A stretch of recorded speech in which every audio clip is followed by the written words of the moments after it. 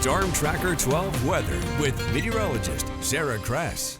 Look out at Mount Shasta, seeing those big wet flakes still coming down. Current temperature is 33 degrees in Klamath or in Mount Shasta with calm winds as well. Around the region, we are still continuing to see shower activity. We'll see that through the afternoon and into the evening. This overnight, in the first part of our night, is when we begin to settle down a bit, and then we'll see it pick up with that next system moving in tomorrow morning.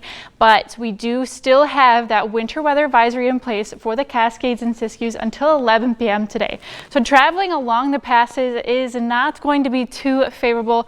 Take your time driving through. There's a lot of snowpack on those roads for your Wednesday or Thursday. But for today, temperatures will still be below average. Breezy conditions, especially into our higher elevations, will be picking up a little bit as we head into the afternoon and this evening.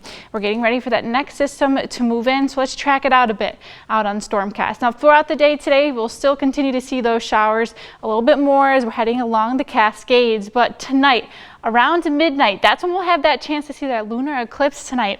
But with that cloud coverage, it's not looking too favorable, especially as you're heading over towards the coast. Could see some breaks as we're over to the east side and over into our valleys. You're just going to have to be patient. But checking in with whoever heading tomorrow morning, that's when that next system moves through. Snow levels start off pretty low. Could see some snow tomorrow, even into our west side valleys as you're heading out for your commute. But our main areas of concern are going to be into those higher elevations.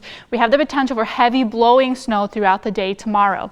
But like I mentioned, snow levels do drop early tomorrow morning. You could likely see some light accumulations onto areas that do have grass, but on your roads, the ground is going to be a little bit too warm for that snow to stick around into our west side valleys. But over into those higher elevations is where we'll see those concerns, gusty winds as well, and then we'll see moderate to heavy rainfall along the coast. But checking in with those winds, we do have a wind advisory issued starting at 5 a.m. tomorrow morning for both the Rogue Valley and the Shasta Valley areas as we're heading towards Ashland. Could see those gusts up to about 45 miles per hour throughout the day tomorrow, 55 as you're heading into the Shasta Valley.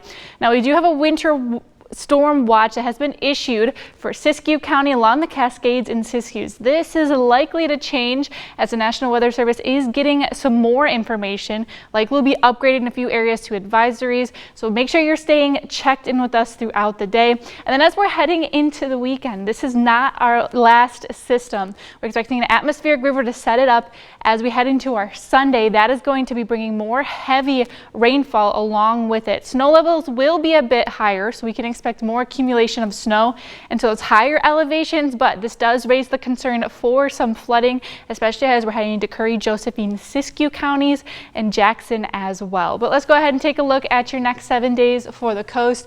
Windy through the weekend, rain continues even into next week over in Northern California. Rain and snow will be likely for your Friday. Expect snow levels around the Mount Shasta area tomorrow to be a bit lower as well. Over into the Klamath Basin, we'll continue with that snow. Snow levels do rise as we're heading through our Saturday into Sunday, but do drop off a bit for snow showers to continue into our Monday. Expect winter weather impacts through the weekend, traveling through your passes with that snowpack, windy conditions as well. And finally, back over into the Rogue Valley. Tomorrow morning, do expect to wake up with some areas of snow, but that'll be melting off quickly as snow levels rise in the afternoon.